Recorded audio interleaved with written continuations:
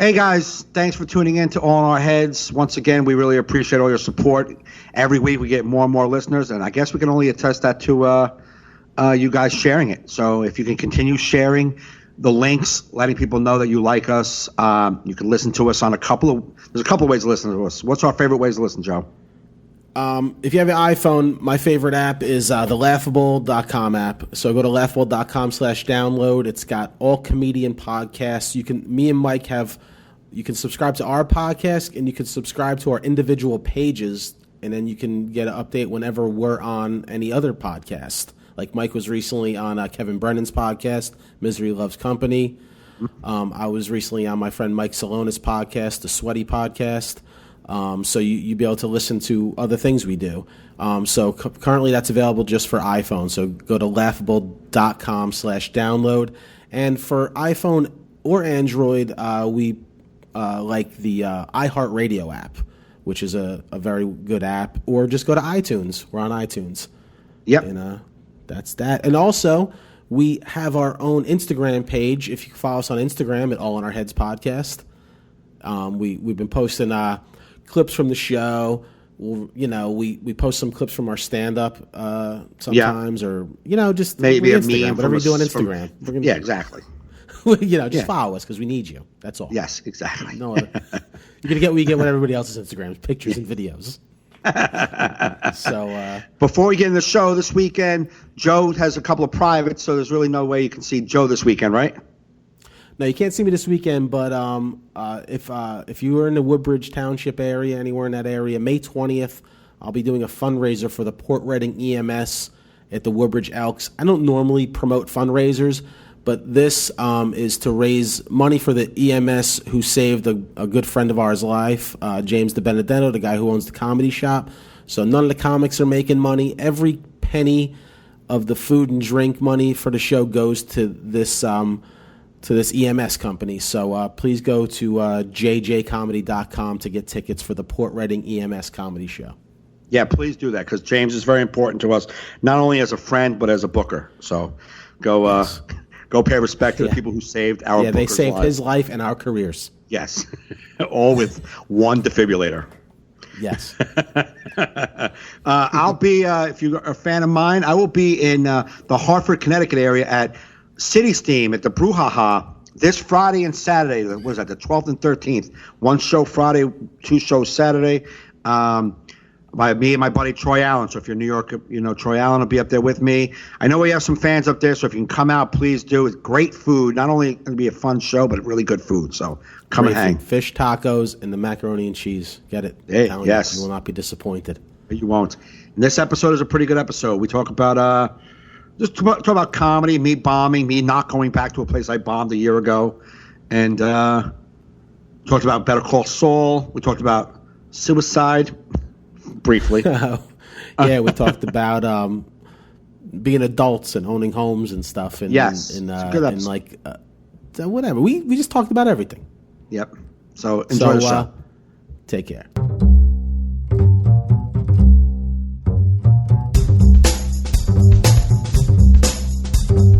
You're listening to All in Our Heads with Joe Fernandez and Mike Gaffney. Please enjoy the show. Yeah, what's up, man? What's up, dude? How you feeling? Feeling all right, man.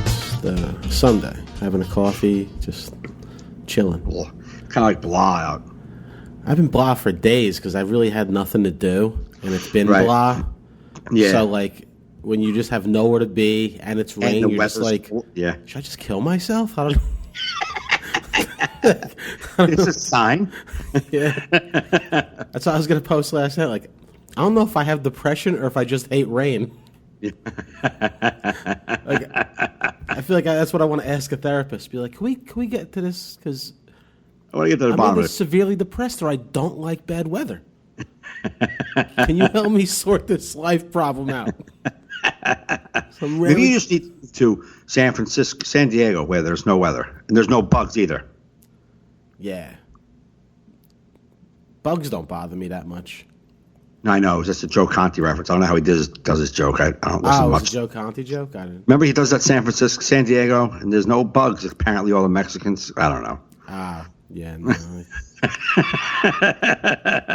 That's how you know it's a good joke when that's how you end it. I don't know how he does it. Yes, that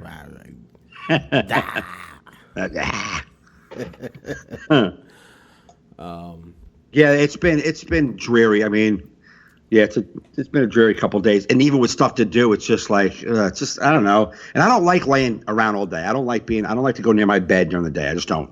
I used to take naps. I just don't. Like maybe if I'm on the road, I will, but during the day, I just don't. No, I don't do that either.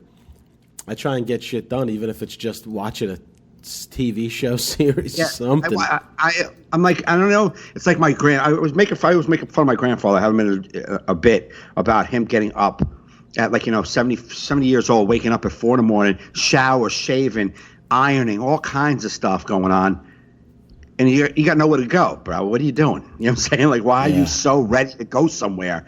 But as I get older, I'm getting up. My son will ask me, like, where you going? I'm like, nowhere. He's like, why are you fully dressed? Like, you look like you have stuff to do. And I'm like, yeah, I don't want to be laying around in pajamas doing nothing. Yeah. It all depends. It's a mental thing. Yeah. It all depends on my wake-up mood. Like, the other day, I usually wake up in a pretty good mood. I'm like, I'm tired, but it's like, all right, I got shit to do. Let's go. But the other day, I just woke up. I'm like, just depressed for no reason. There wasn't a thing that happened. Nothing. Yeah, just, right. And I hate when I wake up that way because it's very hard for me to pull myself out. Right. Like if I find my way into a depression after waking up normal, I'm like, I could shake it off. But I feel like I can't shake it off when I wake up that way. Right, especially when you don't have a day full of anything to do, so you can just easily go, I'm just going to stay like this. Yeah. When you got a day of work and you got to push through it to get shit done, a lot of times you can shake it off. But when you have nothing going on, it's almost like, it's okay.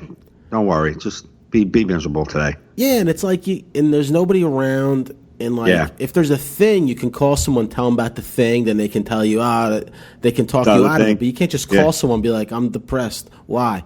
I don't know. You got anything for me? I don't know. I have an insatiable urge to throw myself in front of a bus. Go. Do you have anything for that? Can we get to the bottom of that? Did you see, speaking of this, I just watched it last night. I was so tired I couldn't finish it. I got like 10 minutes left in this thing. That one man show, it's called Career Suicide. It was on HBO. Was that Chris Gethard? Yeah, I didn't see. I didn't know it was out yet. It must have came out last night. I've heard good things about it.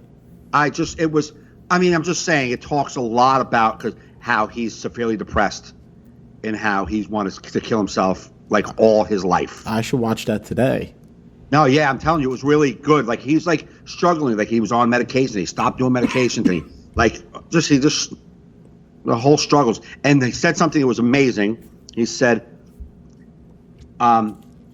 he wanted to dream, he's always with the dream job, you know what I'm saying? So he was in New York and he gets a phone call from a 212 number that he didn't know what it was.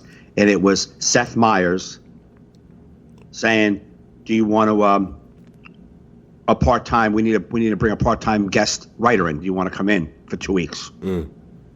And he was like, yeah. And he took the job and he goes, it was so much fun. And you're so hands-on, you're interacting and everything. But after 2 weeks, they came to him and said, all right, we tried you out for 2 weeks. You're a great writer. We like your stuff. It just doesn't work. You don't fit here. It doesn't fit. And he's like, okay. He understood that was what the thing was. And he goes, he started to slip into this depression. He started thinking, like, if I get it's always been about if I get the thing. He's like, but I got the job. 2 weeks ago, I got the job. Yeah. And I still felt miserable. He goes, I still felt this way. Right. Because it's never about the thing. It's never about getting the thing. Yeah.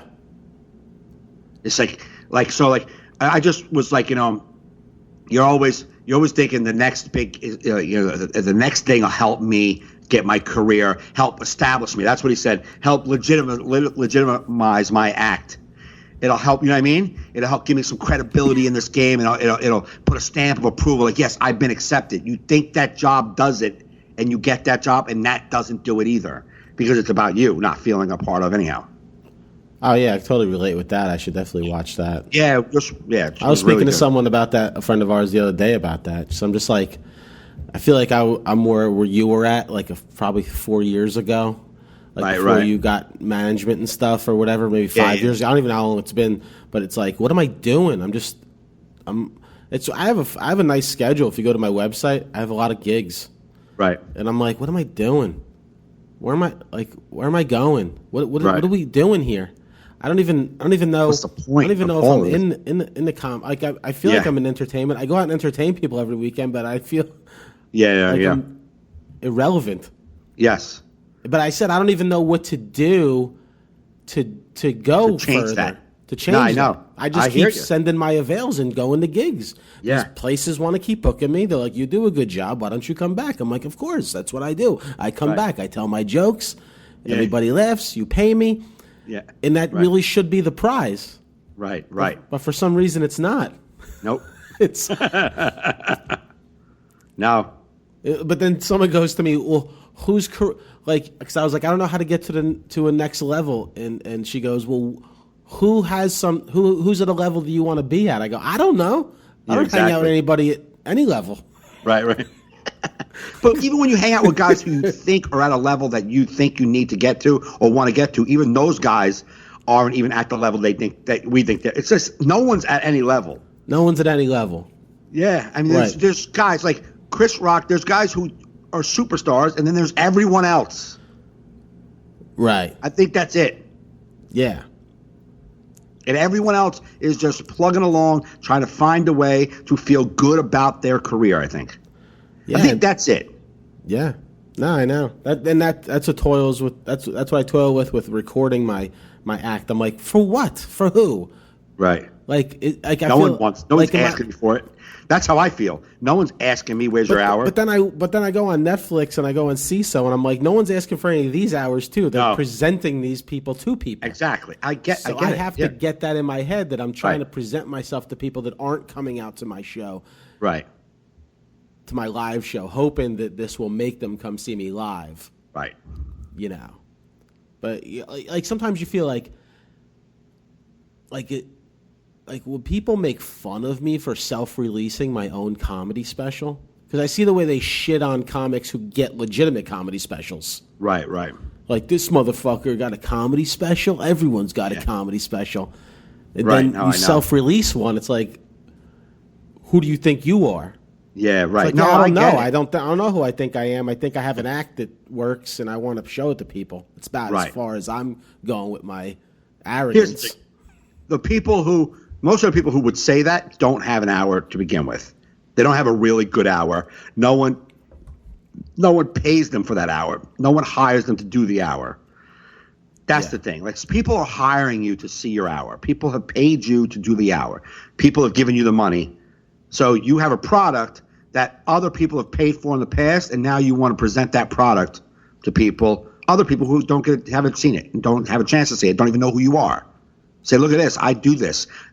Other people pay for it. It's like a guy who made, the yogurt guy, Giovanni. He made yogurt. He found a couple hundred people who liked his yogurt, and then more people liked his yogurt. More people liked his yogurt. So you found people who like your hour, and now you just want to make a mass product so everyone can see your hour who's interested. Maybe you get new people.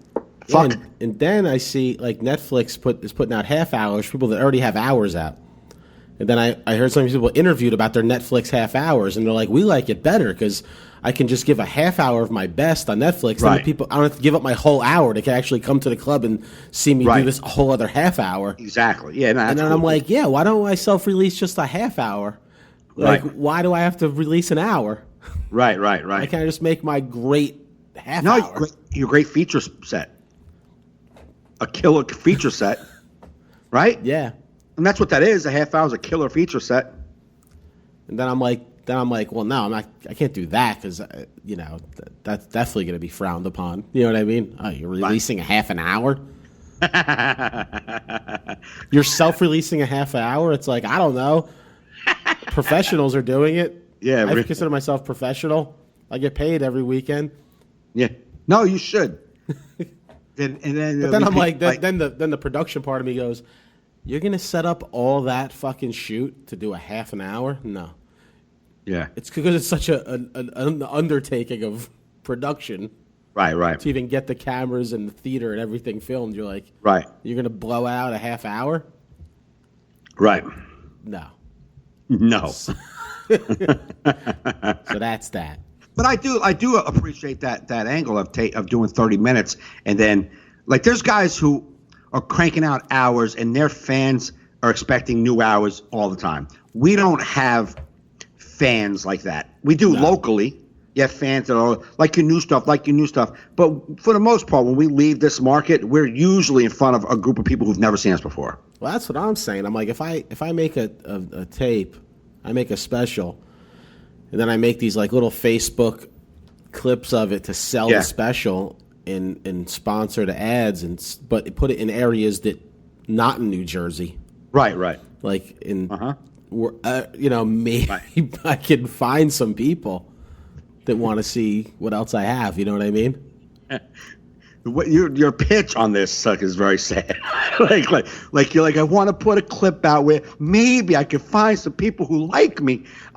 No, it's not that I find people that like me. I mean, like I already sell myself plenty to the 2,000 people that follow me on Facebook. I get what you're saying. You know what I mean? No, I know. But I don't know. I don't know if that's the right way to go either. See, that's the thing. I don't know which way to go to another level. Because I see, like, there's, like you said, there's the real high-level people, like a Chris Rock, who's just, but then there's down me, got no management. But then I see people that even have little middle management. They're not doing nothing for them either. Right. No, that's what I'm saying. Everyone is trying to find this middle ground. There's guys in this, there's these city comics, right? And they're the ones who fucking flood all these little talking head shows and these little comedy things that are on TV, right? All the city comics flood those. That's what they do. There's about, probably like 50 city comics that are working the clubs, constantly working the clubs and putting their little comedy half hours and little at midnights and fucking comedy showdowns and all these little roast battles, little things. That's what they do. And all that's getting them is more spots in the city, and they're surviving, and they're working. Some of them are writing little bits here and there for people, and they're working. They're probably making $600 to $800 a week in the city. And that's what they're doing, and they're surviving, and they're living the dream, and that is what they're doing. That opportunity only lies in the city. Outside, that I don't aspire to just be a city club comic. No, doesn't everybody? I don't know. I guess not. I guess doesn't people aspire to be a headlining comic on the road? So, I mean, those guys do too, but I think they're in a predicament because they are only doing 15, 20-minute spots, 15-minute spots, and that muscle is tight for them. And they could do these TV sets and get some Conan and all these other shows, but Conan doesn't get you headlining gigs because when you go out, you have 1 hour of that same smashing 12. Yeah. Do you? Because you don't. Because they don't work it out enough. All they do is 12 minutes in the city. That's why the new, I guess, like the Comedy Cellar is doing that new hour for people every week. Every week you get to do around the Fatback Pussycat. I think you get to do your hour at the Underground. Okay. Every week they do like a headliner, let them do an hour. So that's good. That's an awesome way for people to start stretching.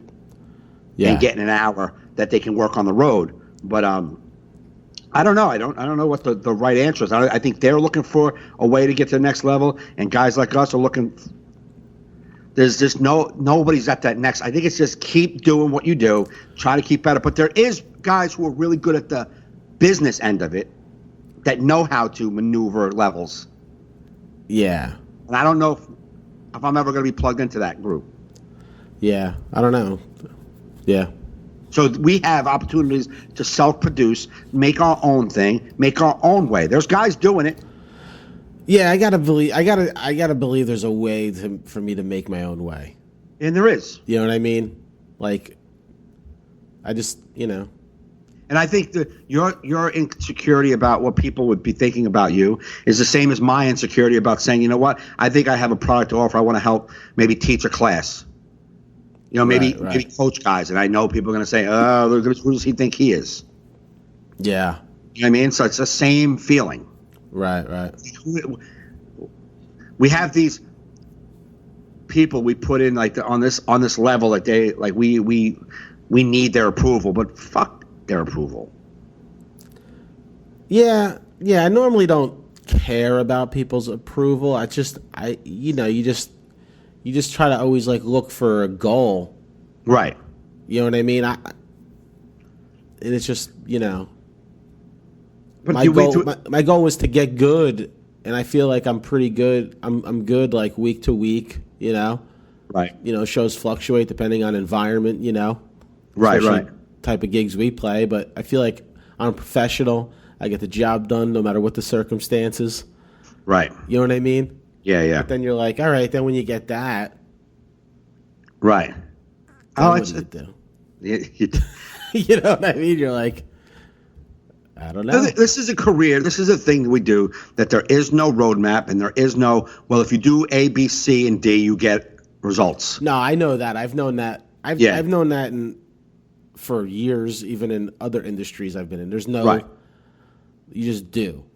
You just do, and you get better, and you form relationships. But there is a way, and I've said, and if you listen back on podcasts of recent times, I struggle with there's got to be also a more organized, productive way to use my time too. You know what I mean? Yes, I'm Right. getting better. Yes, I'm getting funny. Oh my God, I got a Firehouse gig, and there's some great. I mean, they're good gigs, and they're paying me to survive. But then you're like, okay, because that feels like I'm on a hamster wheel, just going in circles, and ain't really getting anywhere with that. Right. Exactly. That's the world. And so, like, you're like, how do I get a little more productive with my time? Not, like we used to say, like, when you were doing your videos, you raised your price a little bit. You lost some freelancing work, but you had better quality work. I made the same money. I worked less. Worked less. It's like I turned down some gigs, but the gigs I take now are more quality, right? Right. So it's like for quality versus quantity. That's part of what we're gonna have to like. You realize like there's got to be a more productive way. I got to be able to take some of my time and spend it in a more productive way than going. I gotta get another Firehouse. Right. You know what I mean? Like, there's got to be a way to go, you know what? Maybe I don't take another Firehouse, and I go in the city, and I hang out there and try to work my ends there a little bit more. Yeah, because like for instance, like I met a comic one time who was this was years ago when I was still very new and like emceeing, like predominantly, and he was like, I'm stuck between being a feature and a headliner. Like I'm headline good, but people don't see me as a headliner because I keep featuring. Right. And he said he almost had to stop featuring, Yep. get less work, and just be a headliner for people to take him serious as a headliner. Right. It's like I can't take your feature spot. Like Right. I do. I need that money, but like Exactly. I'm never gonna be that to you if you keep if I keep taking the work. Right. Mm-hmm. I don't know. Whatevs. But anyway, can I talk about what happened to me this week, or that we talked about on the phone when I called? Yeah, go ahead. So I don't know if anybody, I'll catch the listeners up on this one. If you are on my Facebook, I put a video up. I just made the video private because I don't want to hear any more people right now about it. Oh, okay. But backstory, people who are listening, I last year I had a gig on May 6th in the mountains of North Jersey, in Ringwood, New Jersey, for like 330 people, 300 cops, 30 broads. Mostly cops, a couple of firemen, all this from that area in this weird barn clubhouse of theirs. Yeah. In the email I received last year, it said, very rowdy crowd, just plow through. Knowing that going up, you're like, this is going to be a horrible gig, so I'm just going to plow through. When the booker tells you just plow through, they're not listening. It's a tough one. Yeah. I get up there, and it was just as worse as I thought it would be. The guys would not shut up. They were saying I sucked. I was on stage 3 minutes, didn't do one joke, and the guys in the back, this guy sucks. Ugh. No one's even watching me. They're not talk. It's just horrible. And I'm trying to talk over these people, and it was just horrible. And then I had this old man booing me. Boo! It was just fucking horrible. It was horrible. So I was supposed to do 30. Goomba Johnny was supposed to do 30. About 15 in, Goomba walks up to the stage and was like, you want to go? And I'm like, yeah, I want to go. Thank you for letting me off the stage. So I get off stage and I leave. The booker was the woman who owns Bananas. When I went and got my check, she goes, that's it. I'm done with that group. This is like the 5th year in a row. Comics have left 10 minutes in, 12. It's just a horrible gig. It's not worth subjecting comics to this. Right. So let's fast forward to this week. On Wednesday, I get an email from my manager saying, hey, I picked up Saturday night. I didn't have anything Saturday night. He's like, picked up a Gonzo gig Saturday night. I'll send you the information on Friday. So he sent me Friday, and I opened up Saturday, yesterday, put the directions in my MapQuest. And Gonzo's girlfriend Facebook messaged me. She's like, are you here yet? This place is a weird venue. There's like over 300 people, but mostly men, cops, some girls. And I didn't know it was a cop gig. So I've already told my manager I don't want cop gigs. So I was like, this sucks. But I'm taking it because my manager set it up. I'm taking a gig. It's all cops. I didn't want to do it, but I'll do it. So I'm in my car and I'm driving to the gig. And then she sends me a picture of the venue. And boom, it's the venue from last year. So then I pull over and I go into my emails, pull up last year's email from the other booker, same fucking address. Same group of people, same exact date, May 6th. Ugh. I was like, no way. So I called Gonzo and I'm like, listen, man, I'm sorry. And I never want you to think I'm leaving you hanging. I'm on the way to the gig. But there's no fucking way I can bring myself to going on stage to perform for 300 men that booed me just a year ago. That makes no sense. And he was like, sure you don't want to come up and do a few minutes? I'm no, I don't want to do any minutes, man. I don't even want to walk up in that room. It's just it's not fair to me. I'm a better person than that, and I have dignity and pride. And no. I went the first year knowing it was going to bomb because it said it in the email. I could take a bomb right in the face when I know it's going to suck, but I'm not doing that same place twice. That's not happening. That's just stupid to me. Right. And I'm not going to I have problem to stand in front of a group of guys who fucking booed me out of the room. You think I'm going back in there the next year and going, hi, guys, I'm back. Boo me again. Fuck you. But it was all miscommunication. No one knew that it was the same gig. So when I called Tom, he was like, oh, my God, I didn't know that was the same gig. I would never send you back to the same gig. So I didn't go. I felt miserable about it, but I didn't go. And I asked people in the video, what would you do as a comic? And I called you, Joe, and offered you the gig, but it was your first time going in. So I got a hell gig. You want to go do it? You don't care. If you call me with the first time going in, I told you I would go bomb for money. For the right money, I'll go eat it. But would you go do it I again? eat it for bad money sometimes. But would you do it again to the same people? No, never. Especially if they booed me off stage. Right. It was a train wreck of a gig, and I was just like, I'm not doing it. And I felt like guilty because I do. You just go do. But I'm like, I'm not afraid of a bomb. I'll bomb any day of the week. I'm just not going to bomb for the same group of pieces of shits that like. And then, come to find out, I talked to Gonzo. He said, I suggested you, and he said, no, they don't know him, so they don't know his stuff, so they won't let me put him on the show. And I'm like, oh, they knew me? He's like, yeah, they chose you and Mike Marino. I'm like, wait a minute. This same group chose me again? They fucking wanted me to come up there. They wanted to hassle me. Yeah. They were willing to throw the money at me. You know what I'm saying? That's even more brutal. Yeah. So I was like, wow. What's this? Just pieces of shit. And like, so I asked comics, and not a lot of comics answer. A lot of regular people like, no way, no way. And like, I know you guys would say no way. You wouldn't even do it the first time. Yeah, you would go on a great night. Yeah, exactly. I'm just asking regular comics, what would you do? Like, so you wouldn't do it? I would not go back to a place that I bombed and got booed off stage if it was the same audience. I don't even understand the purpose of that. Right. You know, it's not even like I did and it could be a different crowd, same fundraiser. Right.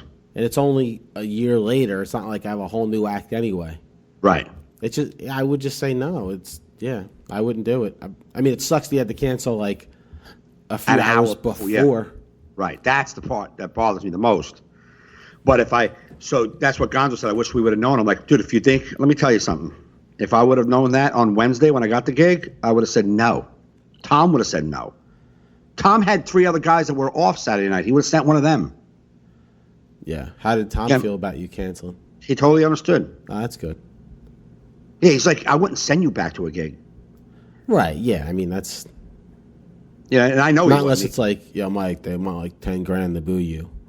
Yeah, that's. But even then, man, like I get it, man. But like I'm a human being, man. I have pride. I'm not like a piece of shit, man. Yeah.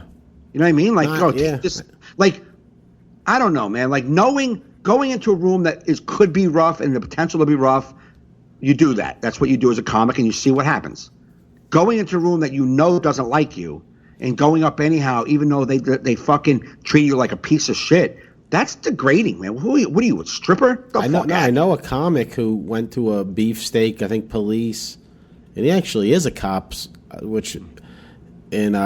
they were throwing the bread at him and stuff, but then they invited him. Then he was throwing the bread back at them and then roasting them. Then they invited him back like for a couple of years to throw bread at him, but they paid him well. Yeah. I'm like, what? That's it's got to be pride involved in your life. Man, I'm not saying pride over proud or ego, because that's not what it is. It's just like, I'm a good person, man. I'm a good person. I would never do that to anybody, so I don't want it done to me. Listen, I got booed off stage. I didn't get booed off stage, but I basically asked the owner, can I get off stage? Because they were just yelling at me, this cop fundraiser. Right. At Uncle Vinny's one time. I mean, I knew it was going to be a nightmare when I went in the bathroom before the show, and they had their own show going on in the bathroom. Yeah. And I'm like, it's these types. And they were, I mean, dude, I tell you, I didn't even get a joke out. They were just yelling shit at me. They were writing stuff on pieces of paper and showing it to me. And I'm like, what are we doing here? Right. Like, it was just, and it got to this point where I just brought up Joey Cola. And then I just left because there was that was back when they used to do 2 shows there. Right. So they had a regular audience show later in the night. It was another headliner, not Joey. Me and somebody else.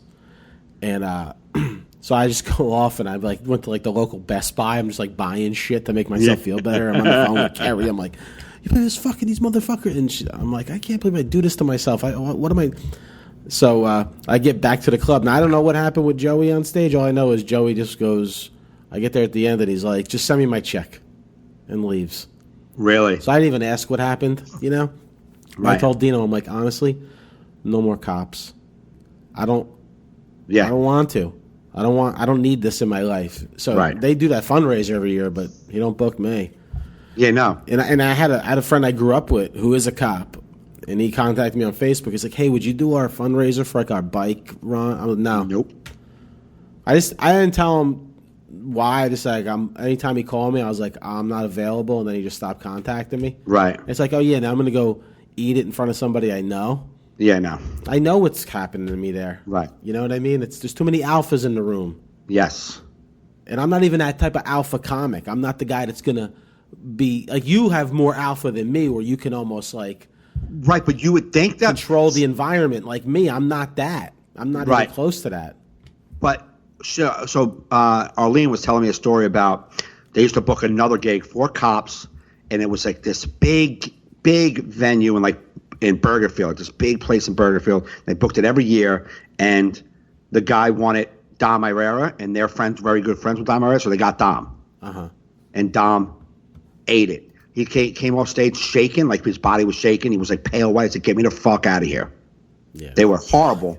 But then John Panette did it, and he crushed.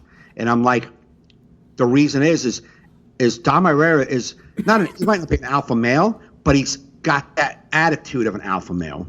Yeah. And they puff up. They're going to alpha male you. Right. But John Panette is like a laid back, what are you going to do? And John Panette was one of the funniest guys on the planet. I mean, you don't get funnier than John Panette. I mean. But he's got a style to where he's not loud, so the guys have to listen for a second. You know what I mean? And then he's gonna do his thing. He's a fat guy making fun of being fat. They are gonna make fun of him being fat. John Panette could kill in an ISIS rally. Exactly. but it's because of his attitude, not because just because he's funny. It's because he's opposite of what they are. Right. Complete opposite. You maybe not as alpha, but you're not. You're a guy. No guy's gonna come in here and make us laugh. But John Panette, he was a guy, but he was a soft guy, like hi guy. He was different. Dom Irrera is a dude. There's nothing worse than being at a gig where you get introduced on stage and you need to make them shut up. Yeah, no. It's like, are you kidding me? I have to do this? Right. And then tell a story? Yeah. I have to tell you to shut the fuck up and then expect you're going to listen to me after that? Yeah. I blame venues for that shit. No, the people who host, but this one event I just talked about, May 6th, last year, it was loud. It was Goomba Johnny comes in, and they were so loud. I'm like, what do you think of this? He goes, the email said it's going to be bad, but it looks like it's going to be even worse. I'm like, I know. So the guy comes up, it's running the thing, drunk, a little buzz. I'm like, can you do me a favor? Can you, about 5 minutes before we start, tell everybody we're starting the show and get them all to sit down? And he goes, yeah, sure, yeah. So he goes up about 15 minutes before the show, and he's like, we got a couple more raffle tickets to go. We're going to start the show. This is how he's talking. Going to start the show. And as he's saying all those words, there's not one person listening to him. He's just speaking to groups of people like, behind him. And he's like, and we're going to start the show in 15 minutes, and we're going to do raffles, and no one's listening to him. Yeah. Then he goes back up before to bring me up. I'm like, can you just tell him, yell at them, get them to settle in. All right, guys, we're going to start the show soon. He's saying, guys, we're going to start the show soon. No one's listening to him. So I'm like, what do you do? What's the point of this right now? What are you doing? You're doing nothing. There's not one person listening to you. You have to get them to listen to you and then have them sit. Yeah. So then some guy comes up to me. This was last year. I think we talked about it on a podcast. He comes up to me. He's like, so what are you going to do to entertain these guys? Oh, to win. That's what he said. So what do you think you're going to do to be able to win this crowd over? I'm like, win this crowd over? I don't give a fuck if I win them over. I'm going to do 30 minutes to get my check. Yeah. I didn't care about them. Like, I got on stage knowing it was going to be horrible, and I'll do it again and again and again. But I'm damned if I'm going to stand on stage with the guy who booed me last year looking at me and booing me again. Fuck you, you piece of shit. You don't deserve me. You don't deserve any entertainment because you're a piece of shit. No, yeah, you can't do that to yourself. You just can't. You can't. It's like, nah, I totally, I agree with everything you did. And, hopefully the booker understands too. He should understand. I mean, it looks like the show went off fine, no problems, and that's all he should care about. I don't know. I haven't talked to him. I mean, he posted. You never know the reality of a post. Right. What was his post? We killed it. Great show. Oh, amazing good. Night. You know what I mean? Yeah. Which is fine if it did, but like I said, no one ever says. No, rarely do people. Right. Oh man, I ate a dick tonight. Right. Well, I texted him and I said, I'm so sorry. I couldn't bring myself to go before these guys again. It was just, and I apologize. I'd never bail. I mean, I was on the road driving to the gig. I never do that. Yeah. And he didn't respond. So. Hey man, when you're feeling it, Yeah. Yeah, and then, again, being that it was the last minute, that kind of sucked. But I gave him a solution, and the time I was on the show, it's always been a two-man show, no host. So he had in the email he was going to do time and then bring me up and then Mike Marino up. Yeah. So why don't you just do the time, do half of the time you wanted me to do. Do 15 of the 30. Right, he's a professional comedian. Yeah. And then let Mike Marino do the other 35 to 40. They're not going to want more than that anyhow. Right. So. Well, looks like no harm, no foul. Everyone got, Yeah, I guess. Their show was a success. You didn't have to fucking lose your soul. Yes. Your manager's fine with it. And, the hopefully. booker may not be, but. But you know what, man? It is what it is. Yeah, exactly. It is what it is. It's not like you said, it's not like he's going to make or break your career. Yeah, and if he was to say to me during this conversation, yeah, Mike, if you don't do this gig, I'll never work you again. This is what I would say. Man, that sucks. I like working for you, but I'm not doing a gig. Well, you don't want to work for a guy like that saying. anyway. It's like, I never did this before. I have a real reason for it. Right. Like, why do you want me there if I just told you what the fuck happened? Right. You know what I mean? Exactly. Like, Yeah. why? Right. Like, you should be happy that now I'm going to go make everything weird Right. for the headliner. Yep. Like, you have actually a shot of maybe having a good show tonight if I'm not there. Right. Exactly. I closed the show the last year with. Here's what I closed with. Want to hear my closer? Yeah.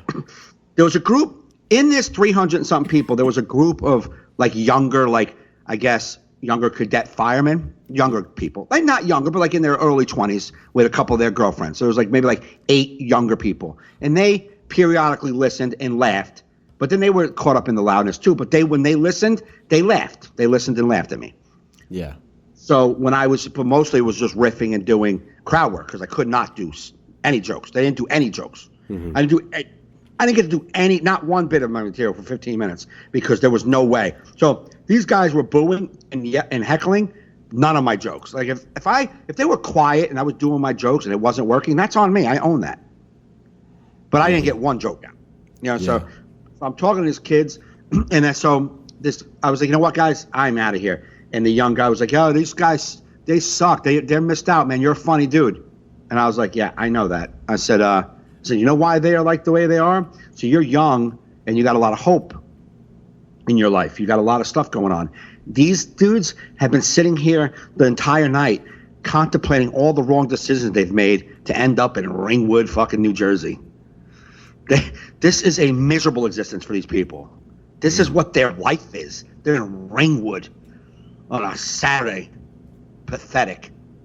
That's why they're not happy like you. You're 22. You got a whole life ahead of you. That didn't turn them? No. That was my closer. I was leaving. I was leaving. And then I walked right up to the old man who booed me and I said, you're a piece of shit. That's a piece of shit. You're a piece of shit. I don't care what you think. You're a piece of shit. That you believe that you're allowed to sit there and treat another human being like that on stage. If you believe that you're justified in doing that, you're a piece of shit. You are. That's like what those broads at Uncle Vinny's like a month or so ago, maybe 2 months ago now, when they were just on the phone talking. It's smoke, and I go, "What the fuck? You leave? Just leave." And then they went out, and then I said to the rest of the crowd, you know, I've never wanted a burning car wreck my whole life, more in my whole life. And the crowd goes, ooh. And I go, wait, no. Don't get me wrong. I want them to crash, survive, then burn. And then they laughed at that.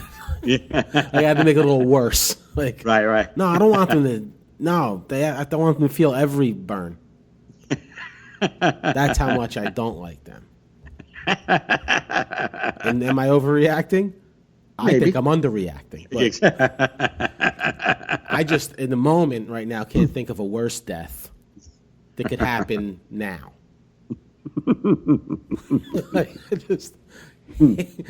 You're pieces of shit.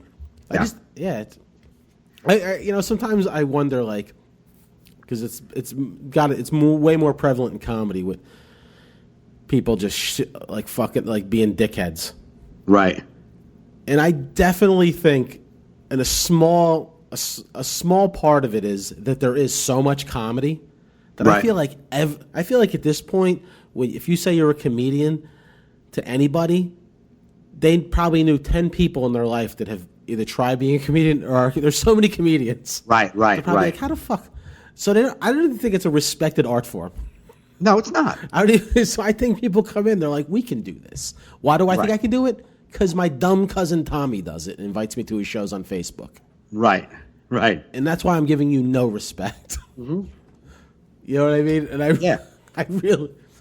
No, and regular people, regular fucking everyday Moes can put up a video on Facebook of them doing some stupid rant with their wife or doing their rant with their cousin in the basement. And their 17 friends are like, dude, you guys are hilarious. And they're not even comics. They're auto mechanics. And they think I'm I do the same thing you guys do. That's why I think comedy, I'm telling you, I thought this one day, stand-up comedy could be a dying art form for so many like we had the comedy boom and then it died, but there was still like you didn't see it, you couldn't see it no more, like on the internet. There was no comedy coming into your life unless you actively went. Like you don't Right. have to go out. Like I watch my wife on the iPad fucking tearing at memes Right. or videos just made by Yeah, like yeah. the average person. Like you don't need to go out no more. Right. You have all the comedy you want at your fingertips. Yep. Like a live show is almost not even close to as funny as your scrolling thumb. Yeah, And but it's, and that's it's not the targeted to you based on your likes. right. No, but it's the truth is there's nothing better than a live show. No, I get it. I Right. know there's nothing better than a live show. But I'm saying, I'm telling you, man. There's no real true desire to have to go seek a live show when you can get it just here. No, and then I don't think people even their attention spans even want it. They don't want long Right. shows. I think I think shows need to be shorter. Right. I think they should all be 2-man shows, both guys doing a half hour. That should be Right, a right. comedy show. Because I think people's attention spans like, what, a third what the fuck is going on here? Yeah, you yeah. can see it sometimes. I've seen it. It shows where like the headliner's about to go up. They've already been. The show started late. The MC's done 15. Right. The middle does 30. They're like, oh, it's not over yet. Yeah. Isn't Like that you can what those guys see it in done? their face. Yeah, yeah. That's why showcase shows work a lot better because of the ability to click and swipe to the next video, Like if you get 6 comics and everybody's doing 10 minutes, they're like, okay, good, next guy. They can ride that wave because they're used to watching a million videos. Yeah, and even if the closing comic does 20 to 30. Correct. Like Right. watch like Scott Brennan's show at the Tap House 15 in Jefferson once a month. Right. He's got whatever 4 comics doing like 10 each, and then a guy closing it out like a quick 20 to 30. Right. And they love it, and they're not. Right. It's not. They don't feel like, oh, I've been here all fucking night. No. Right. Exactly. You know what I mean? Yep. I do think the dynamic of the. I think if you're going to be my personal opinion is if you're going to be a headliner comedian doing a headlining spot, it's almost like you need just like an opener to do like 10 minutes. Right. You know what I Yeah, mean? yeah. And then you do an hour, and then it shows an hour and 10 or an hour and Right. 15. Yeah. For- Absolutely. I really, that's basically what they do at Uncle Vinny's now. It's like the Right. opener goes up, does like 15 to 20, Right. and then the other guy, you know what I mean? Yeah, yeah, And no, even absolutely. on a weeknight with a small audience, he's like, all right, you do 15, and then you just do 40. Let's like bang this out. Right. Right. And not one person has ever been like, oh, that was such a short show. I want my money Yeah. back. They're like, no, we had a No, great yeah. time.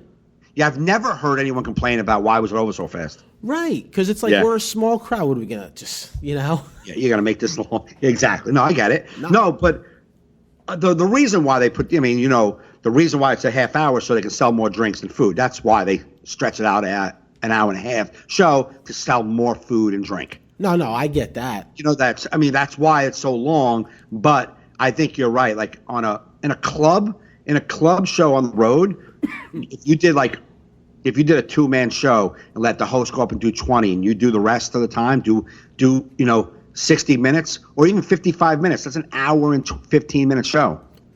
Yeah. And I think people are good because they saw 20 minutes and they're not ready to go anywhere yet. So 20-minute show. So that guy eats 5 minutes, has to eat as the cold. You're like the host. You're doing 20 minutes. 5 minutes of that is going to be your hosting set. 15 is going to be your feature set, basically. Right? Yeah. You get 50. Now you did 20 minutes. The people aren't like done with you because it's 20 minutes. They're not like, oh my God, like this guy came back up again. Fuck, let's leave. This guy sucked, or whatever. Or they don't have to. They sat through 15 minutes of you and 30 minutes of a feature. They got to piss. They want to smoke. All these things are in their brain now. I want to get up. And you're competing with phone. They have Yes. a better entertainment alternative in their pocket. Right. That's why you see people peek in their phone. It's like, yeah, it's very hard to pull them from that. Because in their phone is people who are commenting on a post they made about the shampoo they bought last week. And they want to see what Sarah said about this shampoo. Remember that shampoo we bought, Sarah? Did you like it? They want to look at that. That's about them. You rambling on about your jokes you wrote yesterday. Don't give a fuck. Yeah. I want to see if my picture of me and my daughter got likes today. Yeah. So it's that's what you're competing with. But I think you're right. If it was just a 2-man show, although we as comics you go there like it's only a 2-man show, fuck. But it does make it for the headliner. If you're going to be a legit headliner, man, first off, you better have an hour, and you better be the entertainer of the night.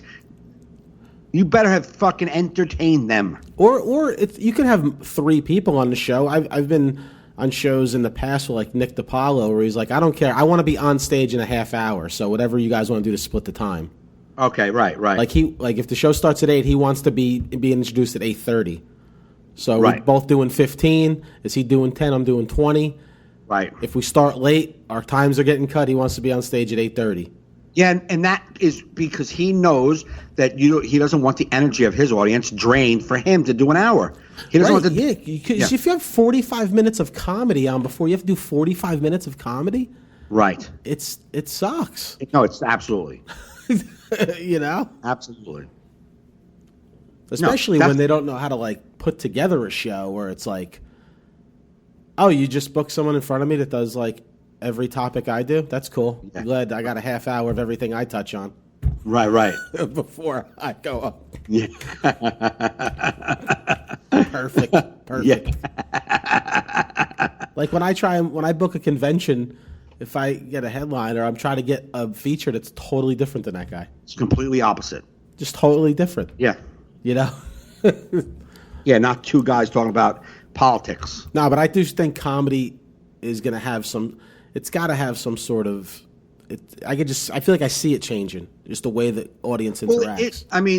There was the boom in the 80s, in the early 90s, and then it started to die out. And then to me, where the past, I would say, 8 years, there's been a resurgence in the comedy world. Lots of clubs are opening, lots of places. Places are closing. Older places are closing because they're old school, doing it the old way, using the same old comics. They're dying out. You know what I'm saying? New places are popping up because they're using newer comics, doing a little more gimmicks to get people in, just trying different things. Yeah. But I believe you were saying, talking about like, we should do shows. We should open up a club that's just like fucking everybody does. It's a 5-minute club spot, man. Everyone's doing a TV sets. This is TV fucking. This is our TV set night. We get 10 guys and they all do 5 fucking minutes. They never try that on the road. It's always headliner. Yeah. But even if you just did that, if you did that once a month, like, listen, we're going to do, this is TV set night. Everyone here is working their 5-minute, what they would do if they had a Conan or a Fallon or a Colbert. This is what they would be doing. You know? Right. Well, that's what I like. I think because I feel like comedy is so. I mean, this is my take. I feel like people come out there like, all right, they see the same type of comedy show all the time. I think comedians need to be a little like if you watch. They do it at the Cellar all the time, and Dave Attell does it on the road now as a headliner. Well, he'll call up the other comics and they'll riff on stage. Towards the end of his set, right, and make something totally unique. Right. And memorable. It's just there that night. It's like, I think we need to do things like that. Right. You know what I mean? Like, play around, fuck around, make it more of like a unique experience than him. Right. And it's going to be 10 and then 30 and then this guy. Yeah. I think no, you're people right. are fatigued from the same old. Right. Like, you see the clubs that have like, one night we're doing a storytelling show. One night is a new joke night. One night is this night. No, absolutely. Like more. I like those. I don't like the roast battles and like Dave Attell bringing somebody. I get it. It's cool. I'm not a big fan of that. Audience members are. I'm not a big fan of that. You don't think that'd be fun? Like if say you and Ken were on a show, or me and you like. Ken opened up for you, and you brought him up, and you guys were fucking around. Yeah, I think so. Yeah. You know what I mean? Like a friend. Like if you knew the guy can do it, not just some stranger. Yeah, definitely. It would be fun, and because we have the same sense of, and we know each other's sense of humor, and we're bouncing back and forth. I don't want to try to out funny each other on stage. I think that's what comics can try to do. Like even I don't know if you saw the post about I guess Gomez and Attell were on stage, and I know Brennan was just messing. Right? Brennan said Gomez. Killed when they did it, and I'm like, someone said, "Oh, really? Gomez was funnier than Attell," and he was like, "Yeah, I saw it." And I'm like, "Who?" Like that? I got it. It's cool, and I'm glad that that someone acknowledged it. But I don't I don't care if you're funnier than me. Just be funny. Right. I don't want to be. You're funnier than me. I'm funnier than you. I got funnier right there in the moment. Like I just want to enjoy the moment. I don't think they were trying for that. Probably. No, exactly. I mean, those guys just. If somebody gets a harder laugh, I mean, yeah, you're gonna bust on each other and bust on the audience. You have a bust on whatever's in the environment. You're not gonna go up there and set up somebody's joke that he does a punchline. No, that's that's you know. No, absolutely no. You want to, especially me and you. We know each other, so we would talk just like we're talking now. In the moment. Right. Absolutely, that would be fun. I wouldn't want it to be a challenge. I just want it to be fun. Yeah. You know what I mean? Yeah, I'm just. But yeah. No, I hear you. You got to mix it up. I love the set list thing where you go up and the fucking monitor brings up your topic. I love that. Yeah. I love that idea. I love the idea of just going up and doing. Go do your 20. Do 20. Everybody, we're gonna have 4 comics tonight, and they're all doing crowd work. Right. Yeah, is the last guy gonna have a hard time? Do you think the topics are? Yeah, get creative, motherfucker. Right. You know what I'm saying? Get creative. You can't get creative? Right. Yeah, all the guys that crowd work in front of you? Yeah, now you do it. Go get creative. Talk to people, ask them different questions. That guy asked where they came from. That guy asked what he does for a living. Fuck you. Ask when's the first time you had sex? Do you remember the girl you first jerked off to?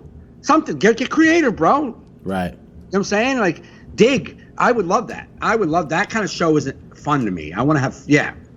And you're right. The audiences probably will take that home and be like, oh my God, that was so much better. That was so interesting. I may go back when they do it next month. Yes. Right. You know what I mean? Right. And then they might also like say they saw your off the cuff act of, you know what I mean? And they're like, I really like this guy. And then they say he's going to go do an hour. He's here next month. He does an hour next month. Oh, I want to watch his hour. Right. Because I liked his personality. I liked who he is. I think that's what, like, I've been to Roast Battle at the Stand. Mm-hmm. And the crowd loves it. Yeah, I know. I mean, they go nuts for it. And I think because it's just so different. Right. Now, a lot of comedians don't like it because they, it's a lot of the same stuff or whatever reasons I've heard comedians say they don't like it. But I went to support KP one night, and I gotta say I had a great time. Right. It was very fun. The audience ate up every second of it with the judges roasting the contestants roasting each other. Right. And you were just like, this is different, man. Right. And there was a free show for the public. Yeah. You know what I mean? Right. They got to buy drinks and stuff, but that helps your other shows get people in. Absolutely. You know what I mean? Just different things. I'm a fan of the roast battles watching it. Right. I like watching it. I do. I haven't been to a live one, but I like watching it on television. I do. They make me laugh because they're not typical, like, where's this guy going with his joke? I get where he's going with it. You know what I'm saying? Like, right. And it's all in the moment. I like being in the moment. Yeah. You know what I'm saying? I don't want to be like, oh, you were at the bank last week and the guy, I don't want to paint your picture. I don't want you to. I like that. That's the thing I like about the roast battle. It's like right there and happening. Yeah. I just, as a comic, don't like it because first off, I don't want to, if I don't really know a guy, I have to dig some stuff up. Yeah, it's not what you do. You're not. Yeah, it's not what you like to do. And when I do make fun of somebody, and I'm really good at busting balls in the audience, it's usually fun busting balls. It's never meant to get the I never want that. So even though I'll say stuff like, say, if I was roasting KP, I'd be like, listen, man, just because you don't know your father, you know what I mean, something like that. But it's because I know KP, and the audience was like, and then, you know what I mean. It was really just a bust of his balls. I don't know if I would be really good at trying to cut deep, though. I just don't think I would be good at it. Yeah. No, I just think comedy needs to evolve a little bit. Yes, I mean, not too crazy. Some people get too crazy with their, we're going to do comedy naked. Like, what? Why? Yeah. We're going to do it with the lights out. Why? That's yeah. I mean, yeah, if you try and improv stuff, or what was that? They used to do a mashup show where 2 comics are on stage, and I think they just try and riff jokes in the moment. Okay. You know? Is that what that mashup was? I never knew what that was. I think so. I think that's what it was. But yeah, it's usually 2 comics that kind of know each other that could riff. Right. It's basically like me and you be doing a podcast. Yeah. It's almost like the Sklar brothers. but like we're not brothers, like tagging each other's jokes kind of thing. I like that, though. That's a fun thing, too. Yeah, try things like that. That's just, To me, like what you said, the David Tell thing is probably, I think, the one of the purest ways to do it, because you have a show, say you have a 3-man show, then at the end you bring up your host or the feature. If you have a 5-man show, you bring up one of the guys at the end. So he does 45, does his act that people paid for, and then let's bring up these guys and fuck around for 15 minutes. Correct. And they just saw those guys, so it's like, oh, we saw these guys before. Oh, it's like, yeah. Oh, they're all back on stage to bust balls. That's cool. Yeah, so like you could reference something one of the other guys said or something that happened that night. Yes. I think it brings another, like a specialness to a show and gets people excited. Like, right. Because honestly, I believe that audiences too enjoy when things don't go as planned or kind of stink. Right.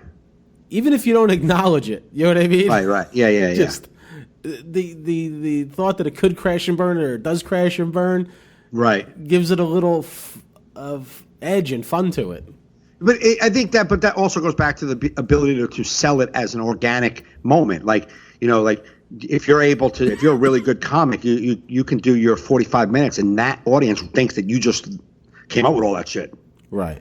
I think that's what's a good comedy show, when someone can sit in the audience and be like, oh my God, that was hilarious. Do you write your jokes as they come with it? Like, and they were tricked the whole time. You fooled them the whole time. Like, these bits I've been doing. I think the younger people that are coming up, audience members, I think that thing of like, ooh, we believe these guys are coming up with in a moment. I think those days are going behind, because I think people understand stand-up more. Right. And especially listening to podcasts and hearing people. Like, we had no idea what went into stand-up. Even when I started. Because you barely heard interviews. Right, yeah. Of, like, the process. So I think people, it is your act. Like, I don't know, but I think if you're good at it, in the moment you can make it feel like that, but I don't think people... But look at Patrice. Patrice, I mean, Patrice has been performing for these newer people who are comedy savvy. Yeah. They, you look at Patrice like, oh, he just came up, he's just fucking riffing, bro. And it's like, no, it's well thought out material up there. And I think if you're really good, I'm not trying to stroke my ego or pat myself on the back, but I watch guys in the city. When they're in delivery mode. Yeah. And they're hilarious, and they're great writers because they're great writers. They're not performers. They're not, and they're great writers. So you could tell when they're just going into their bum-ba-dum-ba-dink-a-doom, bum-ba-dink-a-dum-ba-doom. They have a rhythm. Yeah. They have a rhythm. So I think that's when the audience is like, we know this rhythm. We know this guy's rhythm. But if you're up there and it just look like someone like me, it looks like I'm just talking out of my ass. Yeah, because you're not set up punch. Yeah, so I think a lot of times people are like, you just made that up. But when the problem with me is when it's not work. If I'm not working, they can see when I try to make it work. If I'm not working, if things aren't working for me, and I try to make it work, it's evident that I'm trying to make it work. Trying to muscle it. Yeah, it's evident that I'm trying to now box this up. Like, I guess I got to do it with, here's my story, here's the joke, here's not, and then you could see that coming from me, and I think that's where I lose an audience, and my organic is gone.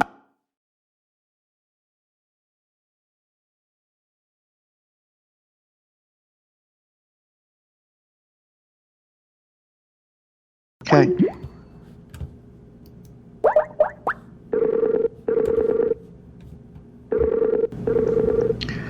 Hello? Yeah, it was weird. I didn't hear, it was crackling, then you went away, then I go, I'll call you back. You go, okay. It's like, oh, now I hear you, right as I hang up. You never were gone. Everything you said, you were waving in front of the camera. I'm like watching you the whole thing. I'm like, what are you doing? Yeah. Well, you were talking and nothing was coming on the waveform, so I had to Did you see me? You couldn't see me either? No, I saw you. I thought you said you couldn't see me. I thought you said Spider. I thought you said I'm okay, Spider. I said you're okay. No, I thought you said I'm okay. You're not okay. Yeah. Well, it was good. I had another topic I wanted to bring up before the end of the show. Okay, we got time. I was now I'm not going to say what what I think, but a question was posed to me Okay. from me and my wife watch Better Call Saul, and we know you love Better Call Saul. Yeah. And she posed this question: do you think you would like it if you never saw Breaking Bad? Well, that's the question I posed in the very first third episode of the first season. I do believe the first season. This is the third season we're in, right? Yeah. Right. This is the third season. The first season, they tried really hard to make it a standalone show. They gave you a little pepper in just to keep some of the Breaking Bad fans interested. I think this season they've gone too heavy to the Breaking Bad people, but it is following a storyline that if you follow the storyline, it is leading you up to where he becomes Saul. So that's his story. Yeah, no, I mean, this past week was my favorite week when you're seeing the Breaking Bad people and it's finally getting into this criminal element of him becoming Saul. Right. Up until then, we've been kind of bored. It's like kind of like it. And you're like, I've had enough of you and your brother's story. It's like... Right. I love the whole show. There's not one part of the show that I've not liked ever. But we were wondering, do regular people like it? if you've never, I have to find someone who's never saw Breaking Bad and don't know these guys that we saw last week. That guy will be born in a month, and then you could talk to him in 15 years because everyone's seen Breaking Bad. And if you didn't see Breaking Bad, you're not watching Better Call Saul. You know why? I don't think people would stick with Better Call Saul if they never saw Breaking Bad. I don't think so, because I think we stay with it and like it because we know certain things. Right. No, yeah, absolutely. And we are anticipating certain things, but it is a slow-moving show. And if you take away what you knew about Breaking Bad, you'd be like, what the fuck is going on here? You're probably right. If I can remove myself from being a Breaking Bad fan and just be a Better Call Saul. I did like the show, and I did like the first season, how they went and developed a new show. I liked that. And I believe that they made it friendly for everybody, even if you weren't a Breaking Bad fan. But would I stick out the storyline? The only reason probably I'm sticking out the storyline is because I know where we're going with it. Right, that's what we were saying. So we're on the same page with that. It's definitely. Yeah. I feel like they're fine because I'm like, all right, season 3, man. He better become Saul soon, man. But you can't. It's just like walking, like that Fear the Walking Dead. Everybody's watched that. I lost interest in that right off the bat. Right, I watched the first half season, and I haven't watched another episode since. I'm just not interested in the Fear the Walking Dead. But that first season was like so slow, and everybody's like, it's so slow. I'm like, it has to be, or it's just Walking fucking Dead summer. That's all it is. That's all it becomes. You know what I mean? It's West Coast Walking Dead. So it has to be slower because it's supposed to be pre-Walking Dead. So but I lost interest in it. I'm like, I don't care about these West Coast fucking zombies. I don't care about them. Give me back to my Atlanta zombies. Fuck them. So I stopped watching it. But I don't know if better. I like that it's taking a slow course because it had once. But what I also do see in the Better Call Saul is I think they're showing us glimmers, a little glimpse that we may follow the story after Breaking Bad too. Oh, the black and white parts? No. After the Breaking Bad ends and you see it's not really black and white. It's just him standing at the fucking Cinnabon, those moments. They show that all in black and white though, all the Cinnabon? No, there's a couple of moments that were in black and white, but mostly no, because he's been in the no. So, but you know how was a few episodes ago, maybe the first episode of the season, when that kid was robbing DVDs, and and he was sitting in the mall on lunch break from Cinnabon. Yeah. The kid was hiding in the photo booth, and he ratted him out. At first, you're thinking he's not going to rat him out because he's fucking Saul Goodman and he's a dirtbag, right? He's a criminal. Right. He's going to not rat this kid out. And then he ratted him out. But as soon as the kid came out, he was like, get a lawyer. Like Saul came out of him. Yeah. And he couldn't stifle Saul's attitude. Get a lawyer. And I was like, that was to me a glimpse that we may follow that character into that world too. You know what I mean? Maybe watching him try to reinvent himself after Breaking Bad, which I would love that too. Maybe. You know. But I think it needs to move slow. I mean, once you get to Walter White, and all we know what he is. Oh, yeah, but Walter there's so White much storytelling you can tell before getting to Walter White. I'm just saying, like, get to him being Saul. Right. Because there's going to be a lot of interaction with him, with the criminals, with I just want, like, I'm done with character development. Right. You know what I mean? I'm done with. I'm ready. It's just like Breaking Bad. He's breaking Saul. Like I know the problem is that we already know where Saul went, so we want him to get there already. Yeah. Maybe people who didn't know where Saul went are interested in how he gets there. So it's just like Walter White becoming Heisenberg. But we kind of knew what we were watching Breaking Bad. This guy's getting worse and Breaking Bad. I feel like they did a better job of making it intriguing. No, I know that. Better Call Saul is. We watched him get bad and bad. We never knew he was going to try to kill a kid in Breaking. You know what I mean? Like fucking some serious shit. You never seen Walter White getting that bad to where he fucking was like, fuck you, Skyler. This is like you never saw him getting there. No. We didn't see things coming, but you knew what they were doing. Yeah, but it was interesting how they unfolded his life and how we watched him become Breaking Bad, how we watched him break bad. That's the storyline, is watching him break bad. The problem is you already know Saul broke already, so you want to see him break. I think when you're back to your first question, if a new person who never saw Breaking Bad, would they be interested in watching this guy fucking battle, trying to be a good guy, and his brother keeps tripping him up, and watch him become this degenerate criminal lawyer? Right. Like, would we be interested? Maybe people would be interested. Probably not as much as us, because we know all the characters and we love all the characters. Yeah. So I love the show. Yeah. I feel like this was my favorite episode, this last one, because I feel like we're starting to ramp up to some interesting shit. Right. You know what I mean? It's like, oh yeah, definitely was good. Definitely a good episode. I feel like the episodes before it were okay. Yeah, like a lot of them were just okay. I feel it was a lot of repetition of last season, almost like. Yeah, I felt like there wasn't like they weren't pushing it forward.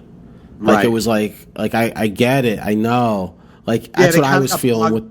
They kind of got bogged down in the brother. Really, I think. But I mean, we don't see it right now, but I believe that the reason why they bogged down in that story of Chuck really fucking him over and not really seeing, what do you call it? Saul talk about how he's going to get back at his brother. These little things, like you don't know what he's going to do, but I think that's where it's going to develop on how he flips so into Saul.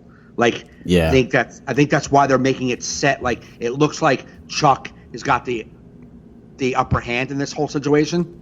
Mm-hmm. And every time it looks like he's Jimmy is getting out of it, he doesn't get out of it, and then he's got him fucking back in the corner. I think that had to happen for the next few weeks for us to see him really become Saul.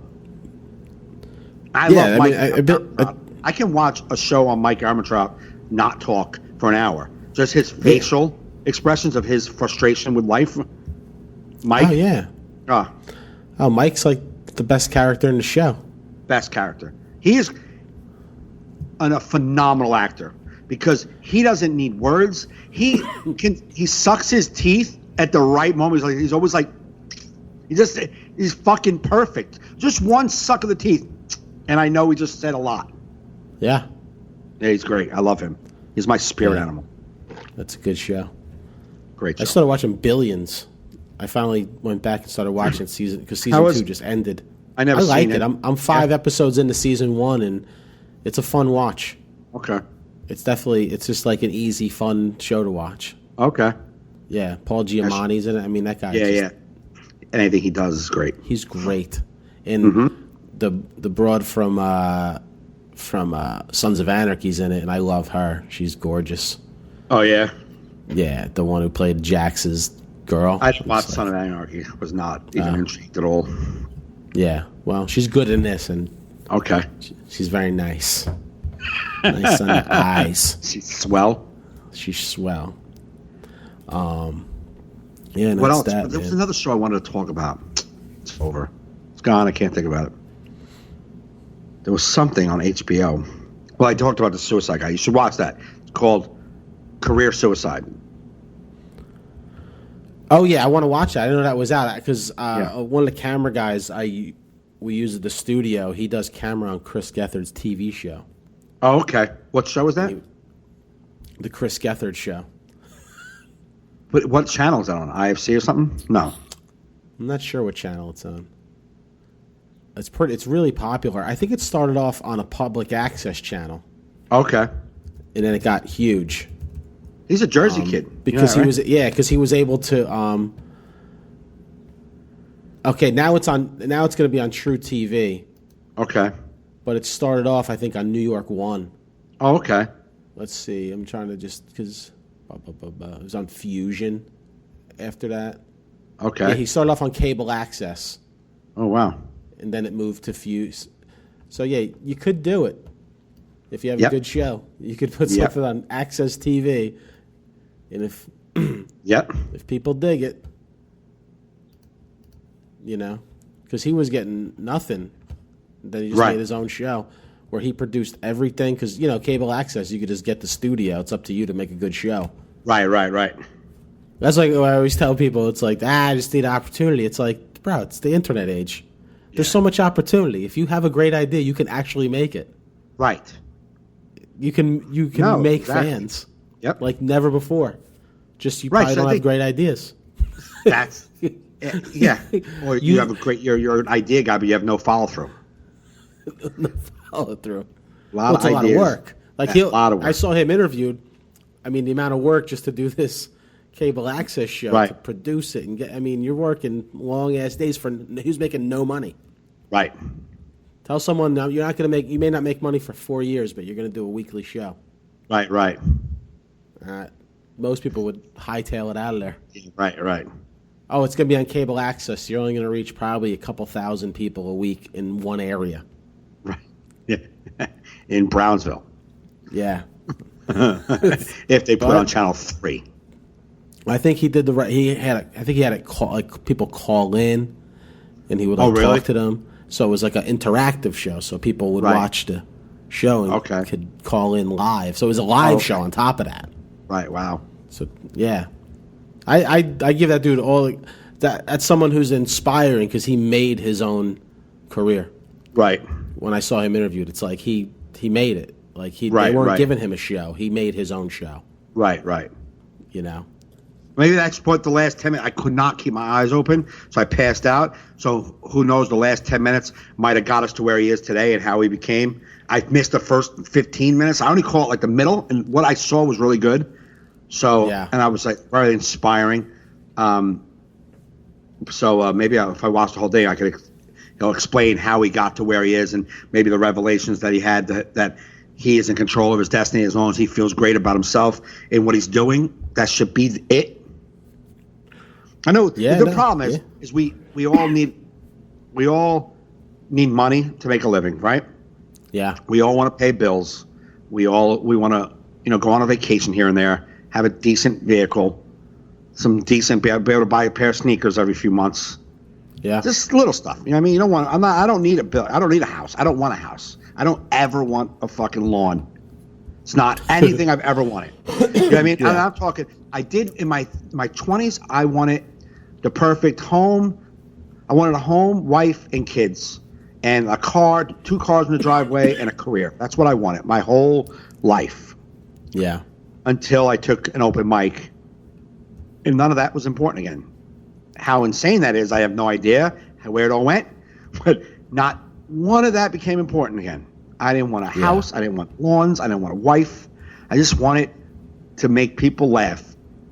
And I already had the kids. That might be why. If I didn't have the kids, I might have been longing for something to complete me. You know what I mean? But I didn't have them. Right. I mean, I had them, so I don't know that part of my life. But Yeah. I always thought that would make me happy, and I had all of that, and I was miserable. I wasn't happy. I wasn't who I was. I wasn't me. And then I started to work on me before comedy. I started to do some work on me, and then I felt really great about me, and that's when the open mic happened. after my Yeah. life. I really felt good about me, and I didn't. The house, the kids, and the driveway were already something I realized doesn't complete anyone. Right. So then I like, but we all have these things we want in life. So we do this comedy career, and it doesn't give us a lot of those things. For 90% of the people out there doing comedy, you're not going to be able to pay your mortgage, car payments, food, family, wives, kids on just comedy money. No. I would say maybe I don't want to go 90. That's fucking depressing. But let's just say 70%. I think 90 is probably right. I mean, Yeah? if you look at like most of the comedians that say they're full-time comedians, Right. they either have a wife that makes a shitload of money, Right. you know what I mean, or Yeah. or a husband, whatever, you know what I mean, or they live with someone that pays them, like, you know what I mean, like most even quote unquote working comedians don't pay the majority of the bills of whatever residence they live in. I'm that guy. If I did not have this the luxury of staying at my family's house upstairs in my old room, if I didn't have this, there's no fucking way I would survive as a full-time comic. Well, that was what was it? Bobby Kelly busted on some. I won't say who the comic was. But he busted on years ago. Comic on his podcast. He was like, "Yeah, I'm a full-time comic." He goes, "No, you're not a full-time comic. Your wife's a full-time something. You are a full-time stay-at-home dad, part-time comedian." Right. He goes, "I'm a full-time comic. I pay all the bills in my house. My wife doesn't work. I pay my mortgage. I'm a full-time comedian. Your wife is a full-time something." Right. And it was like the dude took offense to that. No, I could if he's like, no, if I didn't have the wife and kids, I could afford. He's like, yeah. If you didn't have all that, you could afford. Yeah, we all could afford to live in a shitty apartment with 5 other comics. Correct. On comedy money. Right. But he goes, and they got into you could tell they edited the podcast, I think, because it was like kind of like got heated. Like it jumped to like another topic real fast. Right. They got heated, like. You know? Well, I tell you take it personal. I mean, truthfully, I probably could afford a studio apartment by myself. Yeah. A studio apartment, pay for my food and clothing, but my kids would have no. I mean, I say kids. My kids are pretty self-sufficient now. I still got to give them money to survive, but they're doing their own thing. So that'll be the rest of your life. Yeah. You know. Yeah, I'm not raising children anymore. I mean, my two, they're 19 They're going to come and to you 20. occasionally through their life. Oh, absolutely. I mean, they come to me occasionally, is AKA every day. Dad, you got $10. Dad, you got $20. Dad, you got $10. Right. Dad, you got $20. I get that every single day. So I would probably be able to have a studio apartment. The only reason I don't go and get a studio apartment on my own is because I'm not going to leave my son at my mom's house. Right. I can't afford a 2-bedroom joint. I wouldn't be able to do that. Oh, yeah, no, you don't have to justify it to... No, but a studio apartment, I might be able to squeak out and eke out a living, and it probably would incent me to do a lot more for my comedy career if I had rent coming up in a month. You know what I'm saying? Right. Which might be a good thing to do. But I can't. My son said to me about 2 months ago, he's like, just Dad, go get a place. I'm fine here. And I was like, I can't leave you. And he's like, yeah, you can. And I just started bawling. Well, I couldn't stop crying. I was like, no, I can't leave you behind. Yeah. I just can't leave you at grandma's house and go on like I'm living without you. No way. How can I do that? And he's like, because I'm a fucking teenager and I don't mind living at grandma's house. Right. And I'm like, yeah, but I do. Yeah. So, like, I'm in a pickle, but I can honestly, with my ego intact, say that, yeah, I'm a barely full-time comedian. Yeah, and there's not. I always, I don't think there's any shame in not being.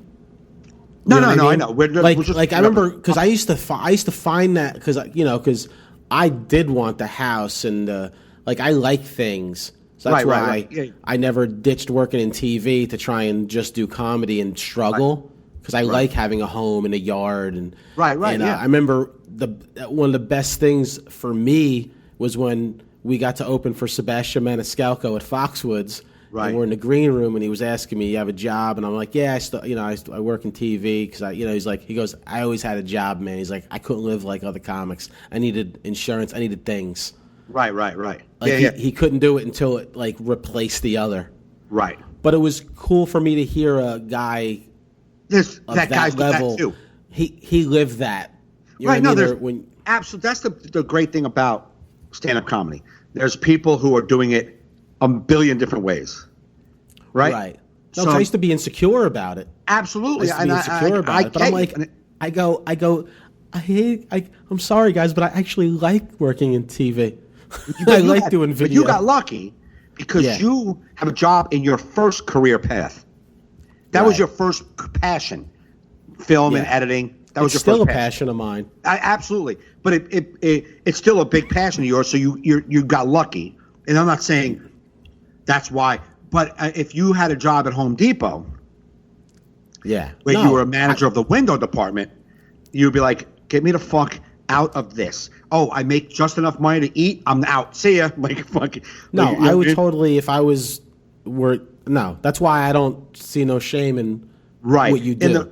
And you having a home and a yard and all that. That's not. I don't look at that like, you know what? Look at this fucking square trying to get that. It's just that it was it's a big desire of mine to have that. And we didn't have a home, but I had everything. I had the whole thing that I was still empty inside. And I I found out what made me tick. And when I looked at people buying a home, like even when you bought a home, I was like, I don't want that responsibility. I just don't want it. And it's a big. And I can't do it without my wife. I can't talk do it all without the my time. wife. Just you alone having to go out and cut grass. I don't want to cut grass. And I don't, even if I wasn't a comic, I don't want to cut grass. I don't want to. I'm on the verge of hiring somebody to do that. Yeah. I don't want to do the stuff that, and like you, and people, and you do it, and you're like living and enjoying life because you have a lot of things that you do that you really enjoy, right? Yeah. Television, comedy. You have things that in your life that are a full life. Could I add some more shit to my life to fill it up? Absolutely. I definitely could use a couple of more things going on in my life to be a little more adult. Got it. I totally get that. I feel it every day. But you don't want to. But I don't want the home part. I don't want the house. I don't want to trim trees. I don't want. That's like I don't want the kid. Like I didn't want my own kids. It was nice having stepkids. Right. You know what I mean? I didn't want the anxiety of my own kids. Right. You know what I mean? I mean, once in a while, like when I drive in the gigs we do out those long country roads, and you see some of those nice houses with a wraparound porch. You know what I mean?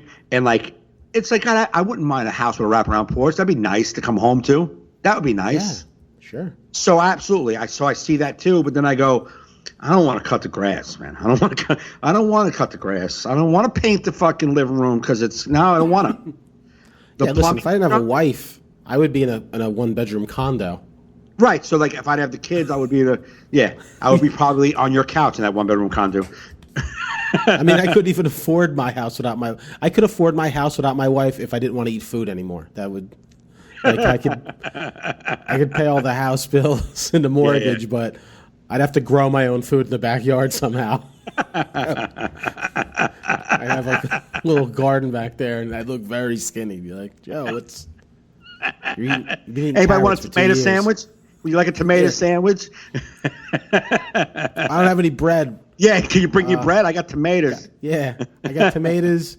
I put mayonnaise on my hand and lick it, and then I put the tomato in my mouth. I have hand bread. But I have a home. But I'm a homeowner. Starving homeowner. Very hungry. I eat paint chips when in the winter. You know what I would buy, though, if I could? Like a townhouse. That I would buy. Because then... Yeah, I thought about that until my friend bought one. Because he buys one, right? Now, when a townhouse, they're all together. Yeah, so your neighbors, you don't get to choose who lives next to you. Not only you. neighbors, but you all share the same roof. It's all connected. Right. Right? So he moves in.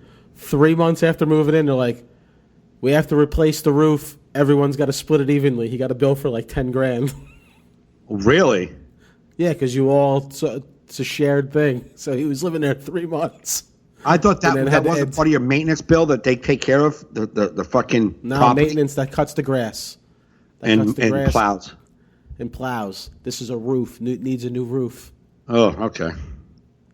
And I was like, and he was just like, "Are you fucking kidding me?" He's like, "I just gave you all my money to move in here. I don't have 10 grand." Wow. Well, got to pay up. They don't tack it onto your mortgage? Oh, you could go ask your bank if to Yeah, add yeah. 10,000 onto your mortgage if they'll let Right. you. Right. But it's Ugh. that's why I was like, no townhome, Yeah. no condos. I mean, maybe I would have to do something where I didn't share the expense with people. Right. I'd want, Fine one. like my own Yeah. thing to be my own thing. Right. You know what I mean? Yeah, that's what I mean. Like, if I had to, I would do something like that. Then I don't have to worry about cutting grass or mowing lawns. I mean, or plowing and shoveling. I don't know that. That's like I told Kerry, I was like, yo, when we, after we use this house, we finish raising Justin, then our dream is to move down the shore. Right. I'm like, we could just sell the house, get the money we make from it, and then just rent a fucking apartment. Right. Yeah. Yeah. And I learned through my cousin, who's a money guy, he's like, you can't do that because when you sell the house, if you don't roll that money into a new house, they fucking tax the shit out of you. Oh, really? Yeah, there's some other tax, some homeowner tax. So if you So don't you- roll that into it, they fucking take a bunch of it. It's like I'm telling you, it's things like that make you like want to be a Republican. Like you're like these fucking grimy bastards. It's like you're so liberal until they you're like, what? So you tell me I'm paying off this house for 20 years? I want the profits from it. I just want to rent a 1-bedroom apartment, and you're gonna take it because I'm not rolling it into another mortgage. You fucking grimy motherfuckers. That's fucked up. It's fucked up, right? So 'Cause so what about those guys who buy a home and flip a home, make the profit? They got to buy another home, or they got to pay a big tax on that? you got to put it into another home or pay a big tax. Wow. Damn You the got to pay government. it. If you sell your house and move out of state, you got to pay like an exit tax Jesus Christ. from Flip that them up. money you made on your home. I'm telling you, it's like you become Fox News in like 10 seconds after you hear shit like that. You're like, Yeah, but they're the ones who like those kind of taxes. no, they hate those taxes. They hate those fucking estate tax, all that tax. Yeah. They hate all taxes. Yeah. They hate all. They don't want any taxes. They want Yeah, fucking. yeah. You know what I mean? They don't want to pay for anybody. They don't want to pay nothing. No, but it's just like you're like fucking leave me alone, motherfuckers. You're Wow, like, that is anarchy. That's fucked up. It is fucked up. I wonder It's if you took it out and invested it like in like a 401k or something. Would they let you do that or no? Like put it into that I something. don't know. Like That I'm sure. That's why my cousin handles my money because he knows Right. all the ins and outs. Like he goes through Right. one time. He's like, there's like 12 different ways to like collect Social Security, but people just know the one way, and they wind really? up leaving money on the table. Really? I'm like, he's like, yeah, but they're never going to tell you those ways. That's why you need guys like me. Right. And I'm like, Right. That's how fucking grimy the government is. It's like, oh, you have ways that are better for me, but I'm too dumb to know it. Yeah. Yeah, it's like So you give me the don't know simplest, Yeah, you just don't simplest know way I can wrap my head around. Can you send me a check? Yeah. Yeah, because you don't know the secret password, you're not getting it. There's Don't know. 5 other ways, but you don't know the secret password. Yeah, it's fucking. It's like, is that my money? It is absolutely your money, but did you know that it was there? You didn't. So, Fucking government. fucking Next government. week we'll talk about healthcare because we're running out of time today. Yeah, well, healthcare. We are running out of time. And That's Joe's hot minute. Joe's hot. I get hot about healthcare. So we have no time today because I have to be. I know that, and we'll end with like you're one of the guys. You're one of the people who, over the whole, even last year before Trump, before when Obama was there, when we talked about healthcare, you talked about how your money did go up. You understood why it goes up. Did you like it going up? No, you didn't like having to pay more, but your wife is getting care that she probably wouldn't be able to get without these pre-existing things gone. So you Right. benefited from some of the laws. and got hit from some of the laws. You took it on Yeah, both don't get me ends. started. Don't get me started. We'll do it next week. That's a preamble to next week. I Okay. can't. That's a I can't. preamble. I got no That's what I'm time. saying. I got to Okay. be out. All right. This was an interesting podcast. Very fun. Got banged good. it out. So let's do some plugs. Okay. This coming Friday and Saturday, I will be at City Steam in Hartford. One show Nice, I Friday, love that two club. shows Saturday. I'm going to be with my buddy Troy Allen's coming up with me because you were booked that weekend, so I got Troy Allen to come up. Awesome, man. That's Yes. awesome. That's one of my favorite clubs to play, and they have great food. Very good. Like the that- tacos. The fish tacos, bro. If you live anywhere near the Hartford area, go see Mike this weekend. And for the food, like the food is like an opening act. It's like, wow, this is Yeah. great so far. Yeah, I'm ready for it's a cool show. little club. They say it can get rowdy, and I was there once. This will be my second time there, and it got a little chatty. But I'm pretty good sometimes at shutting chatter down. I shut it down, but I like the club. I like slow ceilings. My head is like almost hitting the ceiling. I like it. I love it. I've never had nothing but a good time there, and I've Yeah. always gotten new fans out of it. Like the people of Yes. that area are very good at showing the love Yes. and going on Yep. Facebook and listening to the podcast. We have a lot of listeners up there in the Yes. Connecticut area, and I can only attest that to me and you playing that club. Right, What right. we do, you know. Yep. But that's good. This weekend I have all privates. But the one show I'm promoting, if you are near the Woodbridge Township area, I'll be doing a fundraiser for the Port Reading EMS at the Woodbridge Elks. It's like food and drinks, but all the money, none of the comics are making any money. It's all going to support the EMS who saved the life of our beloved friend James Oh, De okay. Benedetto, That's the this owner week, of the comedy the show. 13th? That's going to be the 20th. I only have privates okay. this weekend, but I'm just Okay. going to push that because we'd like to sell that out and raise a lot of money for them because they saved Right. the life of one of our best friends. Right, right. So that's that. And then I'm going to Florida for a little vacay at the end of the month. Are you? So, yeah, I'm going away to see Oh, is that- Grandma. Are you doing the show there? Does that work out for you to do the show? I'm doing shows in Florida in November. I'm going to be down there like 10 days doing shows in Okay. November. So those are all booked. They're on JoeFernandez.net.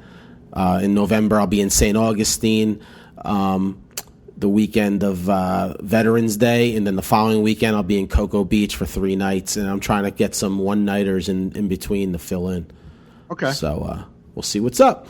So, yes, go to MikeGaffneyLive.com to see all Mike's future dates. Go to JoeFernandez.net to see all mine. Thanks for listening, everybody. Thanks for downloading. You've been listening to All in Our Heads.